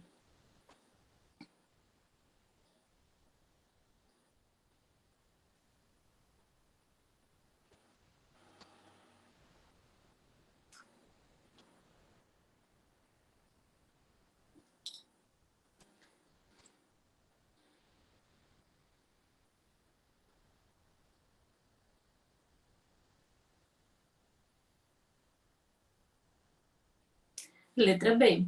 Então, essa questão ela é muito direta e apesar de ter esse texto inicial, ela só te dá uma possibilidade de resposta, até por eliminação, que é o campo elétrico. Eu não acho que vai cair uma questão assim novamente, porque ela não mede necessariamente seu conhecimento. Basta você eliminar as alternativas. Então, eu não acho mais que seja o estilo do Enem. É preciso que vocês estejam atentos a isso. Não adianta você ter certeza que é campo elétrico, porque nessa aula acaba que você está sendo tendencioso. A gente está tendenciando a saber que é campo elétrico, porque está dentro do conteúdo. O enunciado da questão ajuda, porque falou do Van de Graaff, eu falei do Van de Graaff antes, mas o conceito em si, ele pode ser cobrado com um outro tipo de questão. E aí, nas alternativas de análise, não vim de cara dizendo que é campo elétrico, mas trazer o conceito de campo elétrico, sabe? Tipo, carga elétrica. Carga elétrica é o número de elétrons em função da constante elementar. Campo elétrico é a atuação de interação entre as cargas. Vim falando o conceito e não mais colocar já a nomenclatura do efeito ou do fenômeno. Então, é bom que vocês estejam atentos a isso, porque, pelo menos na física, não é mais tendência a questões assim tão diretas. Porque o que se quer é medir o conhecimento dos estudantes. Então, se coloca uma questão dessa, que dá para você resolver por eliminação, não ajuda tanto. Então, todos esses conceitos, eles são possíveis que estejam presentes na prova. Carga elétrica, campo elétrico, corrente, capacitância, condutividade elétrica. E a questão não necessariamente vai cobrar cálculo, mas vai cobrar o conceito em si. Então, vocês têm que ter muito claro essas definições. E aí, o gerador de Van de Graaff, nesse caso específico, ajuda você a definir que é campo elétrico, porque é essa atuação por indução eletrostática. E aí você define que é a letra B, campo elétrico, certo? Se estiver estudando a parte de física, dê uma atenção aos conceitos também. A gente acaba sendo acostumado a resolver muito cálculo. E está correto porque é preciso e é cobrado. Mas, atualmente, a prova também cobra os conceitos. Então, eu sugiro que vocês façam as duas coisas agora. Se antes só resolvia questões de cálculo, você é muito bom nisso, parabéns. Mas dê uma atenção também aos conceitos, porque é possível que ele apareça nas provas também. Bom, e aí, continuando essa parte de eletrostática ainda, a gente tem que campo elétrico, ele tem diferentes comportamentos. E aí, um efeito que você pode perceber é que, em relação à estrutura do campo elétrico, no interior dele é nulo. Agora eu vou voltar tudo e vou mostrar aqui, ó. Tem a interação entre as cargas, mas as linhas elas não se cruzam. Então, se as linhas não se cruzam, vai ter espaços que não tem campo elétrico, que o campo elétrico é nulo. Entre apenas duas cargas, a gente não percebe tanto isso, mas quando é várias cargas, como numa tempestade, que você tem uma descarga elétrica, aí você percebe que tem essa interação, que no núcleo eu não vou dizer núcleo porque você pode confundir com um átomo, mas no meio da estrutura onde esse campo elétrico está atuando, ele vai ser nulo, que é o efeito conhecido como blindagem eletrostática. E aí a pergunta clássica: e se um carro cair um raio cair em um carro, o que é que vai acontecer com o carro? Assim como nessa figurinha, onde a gente tem vários raios agindo sobre uma estrutura, a mesma coisa é com o carro. O carro ele vai servir, a estrutura metálica do carro vai servir como o meio para induzir as cargas para a terra. E aí várias coisas podem acontecer com esse carro. O carro pode sim se livrar da descarga elétrica, dependendo da intensidade dessa descarga, que é o conceito de potencial elétrico que a gente vai ver mais à frente. e pode não se livrar e ocorrer a combustão do carro, ou seja, o carro, né, vir explodir. Por quê? Tem o isolante da borracha e tem a estrutura metálica do carro, mas que não necessariamente vai proteger o carro, por conta que vai depender desse potencial elétrico. Mas aí a blindagem eletrostática ela é aplicável, porque acaba protegendo alguns equipamentos. Por exemplo, aqui eu coloquei o exemplo do campo elétrico, como eu disse, lá na figurinha não dá para você perceber bem que no interior é negativo, quer dizer, é nulo, porque as cargas elas estão, as linhas de força elas estão se movendo. Mas, de fato, no campo elétrico, o seu interior é nulo. E aí, se eu não tenho o poder das pontas, se eu não tenho um para-raios, eu posso fazer uma estrutura metálica cobrindo toda a estrutura de um edifício, que aí são, como na figurinha está mostrando, condutores de cobre. Então, essas estruturas metálicas vai atrair a descarga, assim como no para-raio, só que aí ele protege toda a estrutura. Alguns edifícios de cidades que tem muita tempestade têm as duas coisas, tanto o para-raios quanto essa estrutura cobrindo o edifício. Porque se ocorre uma rachadura no edifício, provavelmente o edifício é condenado e as pessoas não vão mais poder morar lá porque fica muito instável. E geralmente as descargas elas alteram e até rompem os fios. Então, realmente precisa dessa proteção. Não é comum para a gente aqui no Brasil ver isso, mas realmente é necessário, e a blindagem eletrostática ela é essa aplicação. Eu conheço o campo elétrico e eu posso proteger as estruturas a partir da manipulação dos equipamentos, nesse caso, condutores metálicos. Uma outra aplicação são as fontes de alimentação, que aí você tem um circuito com alguns condutores, supercondutores, capacitores, que aí você precisa proteger para evitar essa descarga. Então, o que antes a gente tinha no computadores de mesa, desktop, com fio terra, eu não entendia a relação de espaços nulos com a blindagem eletrostática. Então, se eu tenho campo elétrico, deixa eu voltar aqui na figurinha, que eu acho que ajuda. Eu tenho essa caixinha, que aí vamos pensar no carro. Digamos que essa caixa seja um carro e as pessoas dentro, elas estão protegidas. A blindagem eletrostática vai blindar as pessoas que estão dentro. Nada vai acontecer. Só que nada vai acontecer dependendo do potencial dessa descarga. Eu não posso dizer, nessa pergunta, ela é respondida com um vídeo, depois vocês vão ver que, acho que foi no Globo Esporte que passou, discutindo justamente sobre a descarga. Então, tem casos que o carro vai ficar protegido e não vai ter nenhum problema, porque vai depender da quantidade de cargas que foi colocada, que foi descarregada sobre o carro. Então, a blindagem eletrostática está protegendo as pessoas no interior de um carro ou no interior de um ônibus. No caso aqui dos exemplos, dentro de um edifício vai estar protegendo, porque eu vou ter toda uma estrutura de cobre que faz com que essa descarga seja direcionada para a terra. No caso da fonte de alimentação, se eu tiver alguma vazão de corrente elétrica, por algum motivo eu tive a corrente, ela foi direcionada no meu circuito errado, a minha fonte vai estar protegida. Um outro exemplo, que aí ele é bem mais próximo da gente, é quando tem alguma descarga na nossa casa, o disjuntor, lá do resistor, ele dispara e desliga toda a rede da sua casa. Isso são formas de proteger.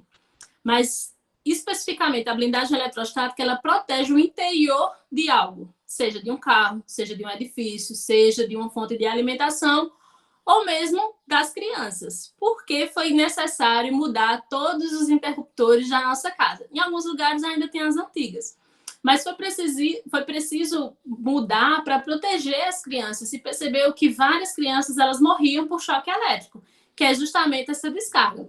Então, o campo elétrico ele vai estar lá atuando, porque tem a presença de cargas. Não necessariamente eu preciso de uma tempestade para ter uma blindagem eletrostática, como o exemplo da fonte de alimentação. Mas no nosso cotidiano, a gente está constantemente lidando e manipulando os elétrons, que no caso a corrente elétrica, a gente se tornou muito dependente da eletricidade. Então é preciso ter essa proteção. Então, depois vocês vão ver tanto o vídeo respondendo a pergunta o que é que ocorre com o carro. Eu já dei alguns indícios que, dependendo da intensidade, esse carro vai sim explodir, Como também, nesse videozinho aqui embaixo, tem outras aplicações para blindagem eletrostática. Em linhas gerais, a blindagem eletrostática é a proteção como a blindagem da tomada atual, Pro. Eu não entendi a pergunta, peraí. Como é a blindagem na tomada atual? Tá, agora eu entendi. Na realidade, a blindagem da tomada é você evitar que os dedinhos nervosos das crianças fiquem lá dentro daquele buraquinho. Não, é porque eu não sei se vocês vão lembrar de como eram os interruptores. Eram 2 buraquinhos e que você já tinha contato direto com o metal. E aí, claro que você ia sofrer a descarga. Eu sofria várias quando era criança, eu só não morri porque, não sei, acho que não tinha chegado a hora, mas eu era bem legal para minha mãe, porque eu mexia em todas as tomadas, nas extensões e tal. Então, né, Nathalie, você é muito novinha, então, mas as antigas, elas não eram, tipo, essa tem uma espécie de proteção, e a parte elétrica, onde vai estar passando a corrente, ela é mais interna. As antigas, eu devia ter pego uma foto, né? As antigas, elas eram mais expostas. Então, a blindagem em uma tomada, ela vai servir de, tipo, afastar de onde a gente manuseia o campo elétrico. Se eu já sei que tem uma área que o campo elétrico é nulo, eu posso manipular isso. A partir do conhecimento, a gente gera as aplicações. Então, assim como eu posso proteger toda a instalação elétrica da minha casa, eu posso proteger também os interruptores. E aí, esse contato com as cargas elétricas, e aí sofrer um choque, ele é evitado. E claro que não só crianças, gente. Não é só crianças que sofrem choques elétricos, porque todo mundo acaba manuseando essas tomadas. E cabos, enfim, e coisas em geral. Um outro problema, que aí a gente vai falar um pouco mais, que aí é sobre circuitos, é essa questão de, você não pode usar o celular carregando, porque aquece, ou então porque pode explodir. A gente vai falar um pouquinho sobre isso também. Mas aí essa parte de blindagem, se for em relação a tempestades, você tem que entender que as blindagens vai servir para direcionar carga elétrica para a Terra, porque a Terra ela é um grande campo magnético, mas também é um campo elétrico, então acaba atraindo esses elétrons para a Terra. Nesse segundo exemplo, que é uma fonte de alimentação, são estruturas metálicas menores, mas que vai proteger um circuito. Então, se eu for desmontar um celular já velho, eu vou ver que tem uma placa pequena, onde tem vários disjuntores, transistores, que faz com que funcione o meu celular. E no caso da tomada, é para proteger tanto crianças quanto adultos de sofrer essa descarga, porque eu vou estar ali manipulando o campo elétrico. A gente vai ver mais sobre essas aplicações elétricas na próxima aula, porque realmente agora a gente está introduzindo os conceitos. Quando a gente for ver corrente elétrica, tensão, potencial, vai continuar vendo os conceitos, mas aí já aplicando em circuitos, que é o que vai interessar na próxima aula. Bom, e aí uma outra questão. Como é que isso é cobrado? A gente viu que a blindagem eletrostática vai proteger as pessoas ou os objetos. Mas como que é cobrado no Enem? E aí também é uma questão grande, eu vou dar um tempinho para vocês lerem, e aí vocês vão respondendo no chat quando já tiver uma suspeita de resposta.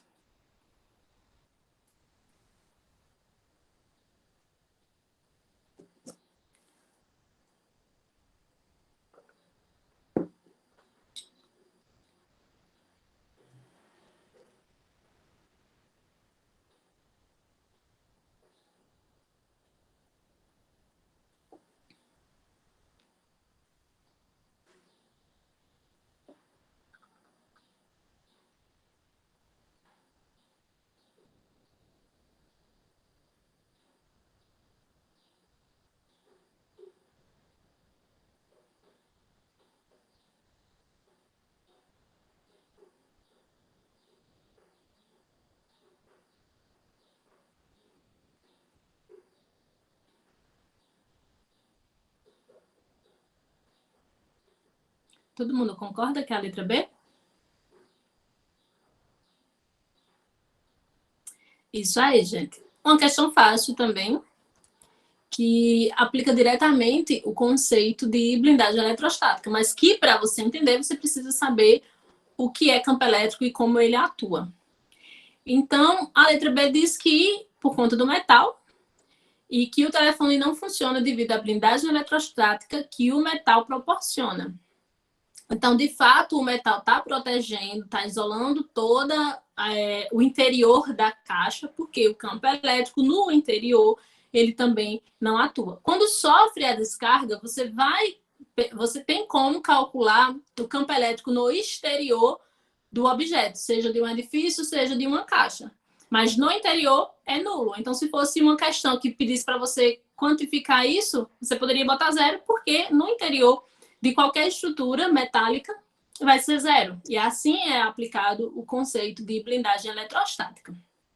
Questão longa, mas também bem simples, basta você compreender esses conceitos. E aí vem o vetor campo elétrico, que é a parte que começa a complicar as coisas. Eita. Assim como eu tenho uma equação, estava ótimo, eu também concordo, mas não, tem a parte de cálculo também, que aí a minha dica é que vocês não tentem decorar todas as equações da física, porque são inúmeras, como vocês bem sabem. Mas se você consegue compreender esses conceitos, ter esse exercício de ler a conceituação de determinados conteúdos e compreender efetivamente o que está se tratando, você consegue escrever a equação, porque você já compreendeu o conceito. Então, por exemplo, campo elétrico. O que é que eu preciso para ter um campo elétrico? Eu tenho que ter uma carga que esteja interagindo com uma outra carga, que aí é a força eletrostática, ou a força elétrica, lei de Coulomb. E aí esse campo ele vai estar atuando sobre algo em relação a uma distância, porque a interação ela é mútua. Então, campo elétrico nada mais é do que eu conhecer a constante eletrostática, a carga que está gerando esse campo e a distância de atuação. A única diferença da equação de campo elétrico para a força elétrica é que só relaciona uma carga, que é a carga que está provocando o campo elétrico.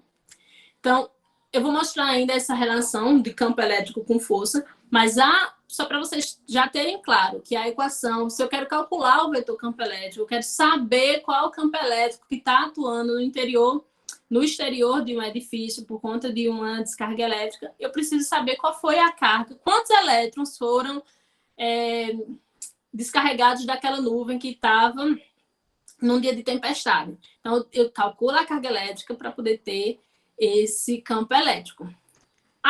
O que significa cada letrinha? Campo elétrico é representado pela letra E. E aí, como é derivado da força, é Newton por Coulomb. Coulomb, porque a equação também depende da força elétrica. Eu preciso do módulo de carga criadora, ou seja, a carga que criou o campo elétrico. Anteriormente, eu mostrei que tinha uma carga de prova e tinha a carga geradora de campo elétrico. Então, é essa carga, a carga que tiver maior potencial é a que vai estar gerando o campo elétrico, porque ela tem maior potencial. A distância entre a carga e o ponto considerado, ou seja um edifício, seja uma caixa metálica, a caixa que das irmãs do exemplo anterior, aí eu vou ter esses dados para poder calcular. Então, o campo elétrico, ele pode sim ser determinado a partir do conhecimento da carga e da força. E aí as coisas vão começando a ficar mais difíceis, vão começando a ficar, como Nathalie falou, se fosse só isso, era muito bom, porque você consegue compreender, é mais intuitivo, você já tem um senso comum. A partir de agora fica um pouco mais difícil. E aí também a gente já vai caminhando para quase o fim da aula, que aí eu vou mostrar as equações. Como eu disse, a lista vai ser cobrada essas questões, essas equações, e aí vocês começam a fazer e vão mandando as dúvidas. Na aula que vem, a gente usa isso já aplicando em questões do Enem. Mas aí, qual é a relação entre a força e o campo? Eu tenho que o campo elétrico ele vai depender da carga e da distância. Só que a força também depende da carga e da distância. Então, se eu conheço uma grandeza, eu vou poder determinar outra. A partir da força elétrica, eu determino o campo elétrico. Ou seja, está tudo interligado. Então, eu preciso realmente decorar essas 3 equações que estão aparecendo para vocês? Não. Eu preciso ter noção que força elétrica depende também do campo elétrico e da carga. Quando eu começo a compreender o que cada equação significa, elas ficam mais fáceis para eu lembrar. Ao meu ver, é muito mais fácil eu lembrar da equação de velocidade, sabendo o conceito, do que lembrar que é a equação de sorvete. Porque se eu não fizer a associação, essa forma de memorizar não vai me ajudar. Então, uma forma de você compreender as equações de física e não ter que decorá-las todas é você entender essas relações. Então, nesse caso específico, até agora a gente viu 3 equações, que é a de carga elétrica. Quem é que escreve aí para mim a equação de carga elétrica? Como é que eu acho a carga elétrica?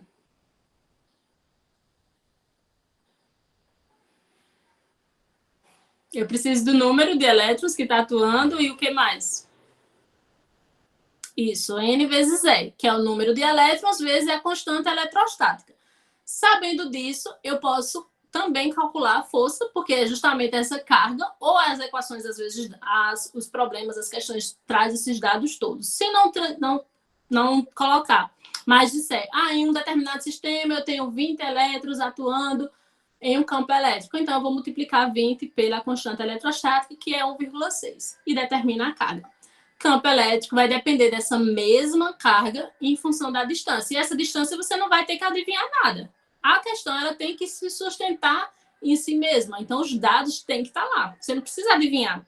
Então, fica fácil de responder quando você compreende o que está sendo dito em cada equação. Ou seja, você compreende a equação para depois memorizá-la. Porque, senão, se for só decorar letras, você não consegue aplicar. Então, meu conselho é que entenda primeiro o conceito e depois você aplica em cálculos. Porque aí a matemática vai, para alguns alunos, pode ser um pouco difícil, mas se você consegue interpretar a questão e montar a continha, você faz com menor dificuldade. Bom, e aí a coisa vai complicando, como eu falei para vocês. Se for um campo em 180 graus, ou seja, na horizontal, basta somar essa interação entre os campos e eu ter um campo resultante, campo elétrico resultante. Nesse caso, eu tenho que uma carga 1 a uma distância de Q2 gerou um campo elétrico. E a carga 3, a 2 distâncias da carga 2, também gerou um campo elétrico. E aí eu posso determinar essa interação resultante entre eles. No Enem, essas questões elas não são diretas como está sendo mostrado aqui. Vem toda uma história para você entender isso. E aí, por isso que é necessário que você tenha muito claro como que atua um campo elétrico. O campo elétrico ele é gerado por uma carga que tenha maior intensidade. Então, nesse exemplo que está na tela, eu tenho que a carga 1 e a carga 3 têm um grande potencial. Já a carga 2, não, ela está ali no meio sofrendo essa interação. Então, qual é o campo elétrico resultante em Q2? E aí eu posso fazer esses cálculos. Para esse exemplo, eu tenho que o campo em 1 é E e o campo em 2 é E sobre 4, porque eu tenho o dobro da distância, vai ser dividido por 4. E aí eu determino esse campo resultante. Se vocês acharam isso difícil, ainda fica pior. Porque se for em 120 graus, eu preciso de decomposição vetorial, que é o que eu acho que vocês viram no primeiro ano. Que aí aquela parte de vetores, ela é cobrada aí também. No slide anterior também é cobrado, só que como está verticalmente, é muito mais simples. Não precisa fazer a decomposição vetorial. Basta eu analisar bem o enunciado ou a situação que está sendo apresentada. Ou lembrar dos ângulos. Os ângulos também ajudam bastante. Só que aí nem todo mundo vai ter essa facilidade de estar lembrando. E aí vai ser com cada um. Como eu disse, cada um vai ter um jeito de estudar. Alguns vão preferir memorizar o ângulo. Em 180 está na horizontal. Se for ângulo 90, vai ser um ângulo reto. Eu vou ter que fazer decomposição vetorial. Se for 120, também. E aí você tem que analisar, saber bem circunferência, para saber as angulações, aquela questão dos quadrantes. Ou analisar a questão para poder montar e fazer toda essa decomposição vetorial. Quando eu tenho, formando um triângulo equilátero, eu vou ter também um campo de atuação sobre alguma carga, que aí, nesse caso, é o ponto P. A carga 1 eu vou projetar para depois de P, A carga 2, também por decomposição vetorial, para ter esse vetor resultante. É um saco. Eu sei que isso é chato, eu sei que é difícil, e aí você fica perguntando onde é que eu vou usar isso na minha vida. É bem isso. Mas isso funciona e salva vidas, porque quando a gente tem o controle do campo elétrico, a gente evita alguns tipos de acidente. E como se isso não fosse o suficiente, não fosse difícil o suficiente, você ainda pode aplicar na lei dos cossenos. E aí entra um pouquinho mais de trigonometria, que não é o objetivo fazer isso agora, mas eu estou mostrando para vocês, porque eu lembro que eu fiz uma questão dessa na sala e eu acho que os alunos eles não lembravam ou não tinham visto a decomposição vetorial. Então, eu já estou mostrando que aquele conteúdo que você viu lá no primeiro ano, que você achou difícil, geralmente os alunos acham difícil de vetores, porque é isso, é fazer setas para representar uma coisa que não faz muito sentido e que só depois eu vou ver que pode servir para alguma coisa, mas que na minha vida eu não vou usar. É bem isso. É chato mesmo. Só que é preciso você saber. Então, eu mostrei na situação anterior, quando ele é horizontal. Estou mostrando agora, quando você precisa fazer essa decomposição vetorial. E aí, eu sugiro que nesses próximos dias vocês deem uma revisada nesse conteúdo também. Quem não viu os vídeos do Khan Academy, vejam, porque eles são vídeos de 10 minutos. Você pode ver um por dia e vai dar certo. Ou pelo menos, não, acho que um pouquinho mais, porque já passou uma semana, né? Não sei se vocês estudaram.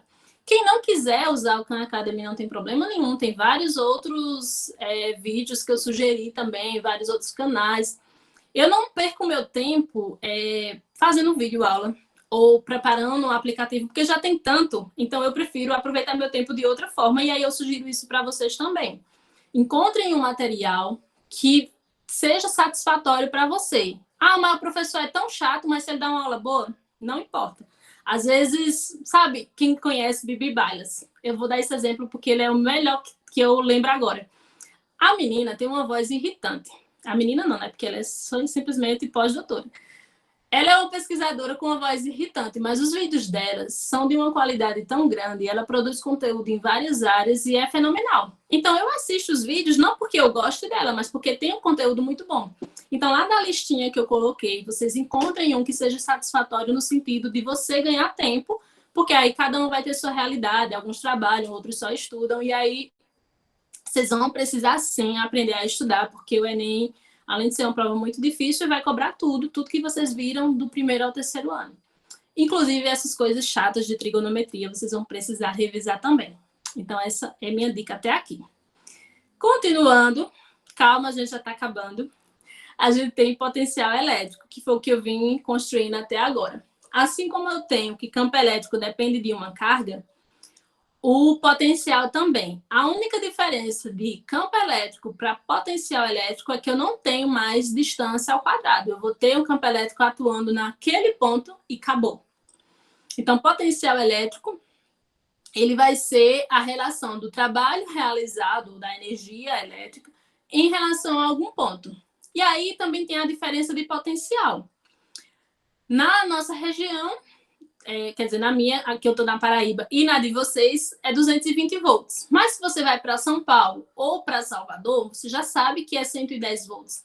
Então, isso é potencial elétrico sendo aplicado em diferentes regiões por conta da distribuição de energia elétrica. Vocês devem receber energia de Paulo Afonso, assim como a gente. Então, tem a usina hidrelétrica de Paulo Afonso, que vai gerar todo aquele potencial. Salvador, por ser mais perto, recebe em 110, e a gente que é mais distante recebe em 220. São Paulo já acontece a mesma coisa, só que tem uma usina hidrelétrica que fornece em 110. E aí, esse potencial elétrico auxilia no controle, claro, porque, por exemplo, você tem um carregador que dá para você carregar tanto aqui, onde é 120, quanto é em 110, porque ele mesmo faz essa conversão. Mas se você for ligar uma geladeira ou um liquidificador, um outro equipamento que ele não seja 1000 volts, ele vai queimar. Porque o potencial elétrico ele foi determinado para ser trabalhado, para funcionar em 220. Então, o potencial elétrico de cada equipamento ele é controlado. E aí tem essa diferença de potencial que pode ser calculada, porque a energia ela vai ficar estável todo o tempo? Não. A gente sabe que o máximo é 220. Mas ela pode variar porque a gente tem toda uma distribuição elétrica que vai distribuir energia para as nossas casas. E aí, quando tem essa variação, às vezes provoca queima de equipamentos. Quando eu estava em Seabra, eu ficava irritada com a queda de energia que era constante. Inclusive, queimou a bateria do meu computador.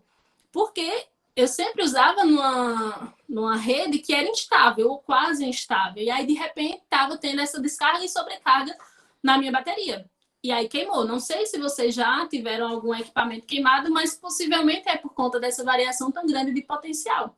E aí, por mais que os equipamentos sejam preparados para suportar isso, chega um ponto que os capacitores não suportam e realmente queimam. Assim como resistência de chuveiro, tem resistência no ferro, enfim. São os outros componentes que a gente vai ver que compõem esses vários circuitos que existem por aí. Então, potencial elétrico é como se fosse o último estágio de tudo isso que a gente vem discutindo. Depois de potencial elétrico, a gente já vai para a corrente e entende os circuitos, mas a gente não vai fazer isso hoje. Só para vocês entenderem como é o movimento dessas cargas, a gente tem a interação de cargas no interior de um condutor que gera essa força eletrostática que pode percorrer de um lado para o outro, mas sempre em uma direção, porque o potencial elétrico não se importa com a distância, é apenas em uma direção. E daí eu posso manipular esse movimento de cargas. E essa é a parte infernal para os alunos. Não é você entender o que é campo elétrico, nem o que é potencial elétrico. É justamente essa parte que confunde, porque ele vai fazendo vários sisteminhas para você analisar. E aí eu posso calcular o trabalho ou a energia, já que aí trabalha igual a energia, da força elétrica que gerou aquela interação, aquele campo elétrico, aquele potencial, e aí eu vou manipulando essas coisas. A equação da força elétrica, ela vai depender da carga e dessa variação de potencial. Então, assim como aqui... Peraí, deixa eu voltar. Aqui, ó, como eu representei, potencial é a constante eletrostática vezes a carga em função da distância. É muito parecido com o campo elétrico, você vai lembrar fácil. Mas aí a diferença de potencial é justamente essa variação que pode ocorrer entre o fio positivo e o fio negativo, ou entre dois sistemas distintos, que também pode ser analisado. E aí eu vou ter essa interação entre as cargas e posso calcular o trabalho realizado. Como eu disse, é a parte mais chatinha e vocês vão ter que exercitar isso também. E prometo que na próxima aula eu trago algumas questões para a gente tentar fazer. E eu acho que a gente chegou na última questão do slide. Eu acho não, a gente chegou na última questão. E aí é só para tentar fixar um pouco mais o que a gente viu em relação ao potencial elétrico. Professora, pode voltar ao último slide para escrever a equação?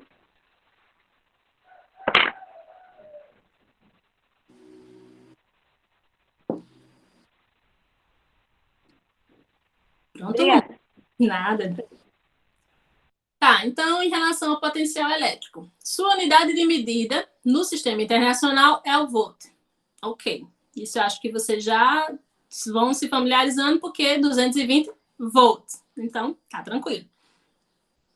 O potencial em um ponto se refere à energia necessária para trazer cada coulomb de carga de um potencial qualquer até aquele ponto. É isso? E a última, o potencial elétrico é um vetor. Essa também tá ok. A dúvida agora é só na segunda. O que é que vocês acham? Tá certo ou tá errado?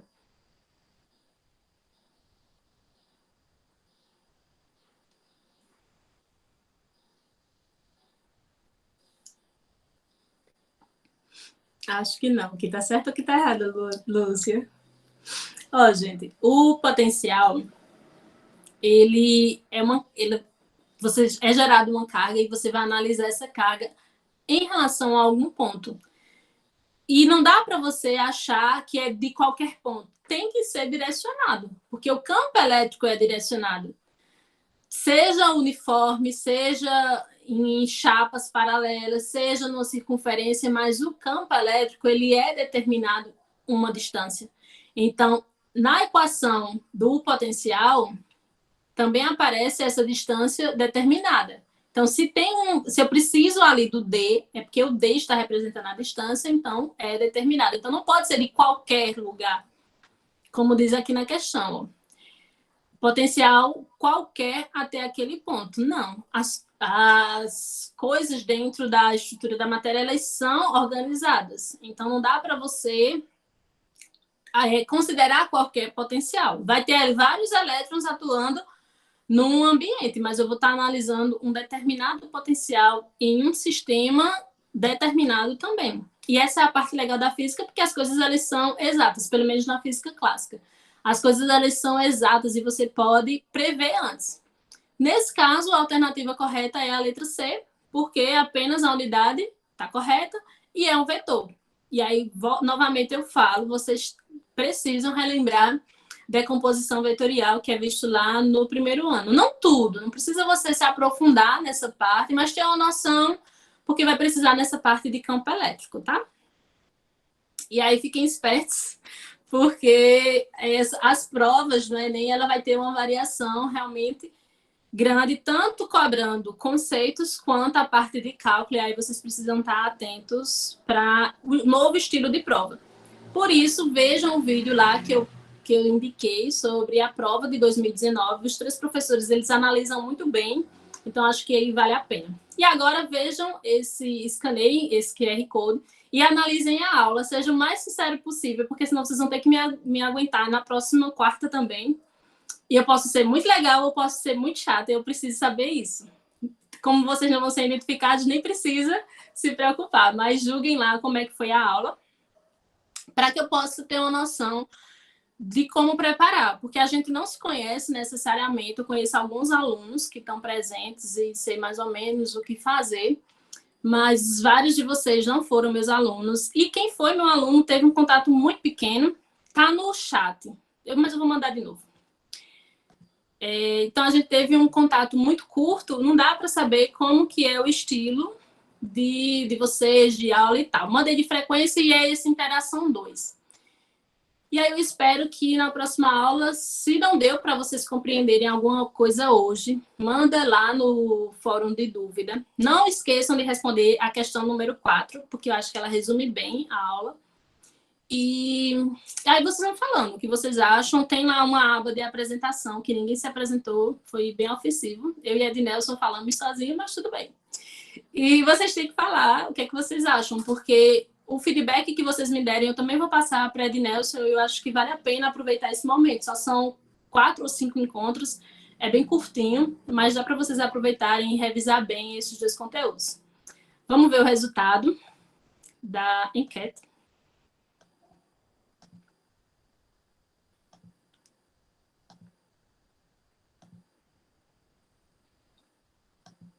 Vou projetar aqui.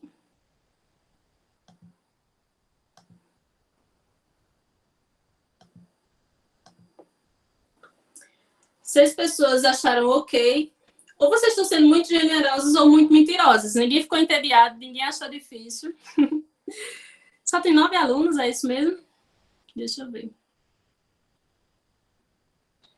Só tem 9 alunos na sala. Bom, eu vou mandar e-mail para o pessoal também, falando que a gente só espera até 2h10, até 2h05, até porque para não fazer vocês ficarem esperando. E aí eu peço para que loguem cedo e evitar, né, a gente perder tempo. E acho que algumas pessoas realmente tentaram entrar e não conseguiram. Bom, gente, eu sei que vocês podem estar com um sentimento assim de desespero, porque eu também estaria com tanta informação. Eu fiquei preocupada com as meninas do primeiro ano, mas Nathalie é do primeiro ano e ela super participou. Então, ou ela estuda muito, ou ela conseguiu acompanhar a aula, ou as 2 coisas. Então, eu fico muito feliz.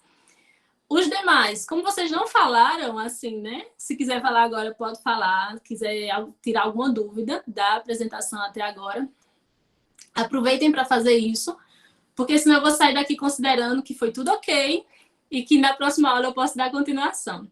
É aquele negócio. Pelo menos eu sei agora, eu preciso reforçar. Exatamente. E, assim, gente, eu não tinha como dar o conteúdo e depois a gente responder questões. Realmente não dá. Esse sistema de aula não é o melhor, porque a gente perde a interação, não tem como escrever no quadro. Até teria se eu comprasse um quadro, mas eu não vou fazer isso. Então, a gente vai ter que se contentar com os slides. Mas é sério, fiquem à vontade para questionar alguma coisa. Vocês ficaram bem caladinhos. Lúcia tinha visto todas as aulas. E em relação aos vídeos que eu sugeri do Khan Academy, se vocês tiverem alguma dúvida, vocês também mandem. Não esperem o dia da aula, porque aí a gente só vai ter o próximo contato, que é na quarta. Depois já é com a Ednelson. Mas durante o tempo do curso e até depois, vocês podem me procurar. Mas aí eu não vou saber qual a sua dúvida se você não me procura, né? Então, fiquem à vontade para questionar qualquer coisa que vocês queiram, seja dessa parte do curso, ou se estiverem fazendo uma outra questão, respondendo alguma outra coisa, quiser perguntar, também pode, não tem problema nenhum, tá bom? E é isso. Por hoje é só. Se alguém não assinou lá a frequência, assinem. Tiver alguma consideração ou alguma pergunta, façam. E estão liberados. Tchau. Tchau, gente. Até quarta. E fico esperando as dúvidas de vocês, tá? Tchau, Pro. Tchau.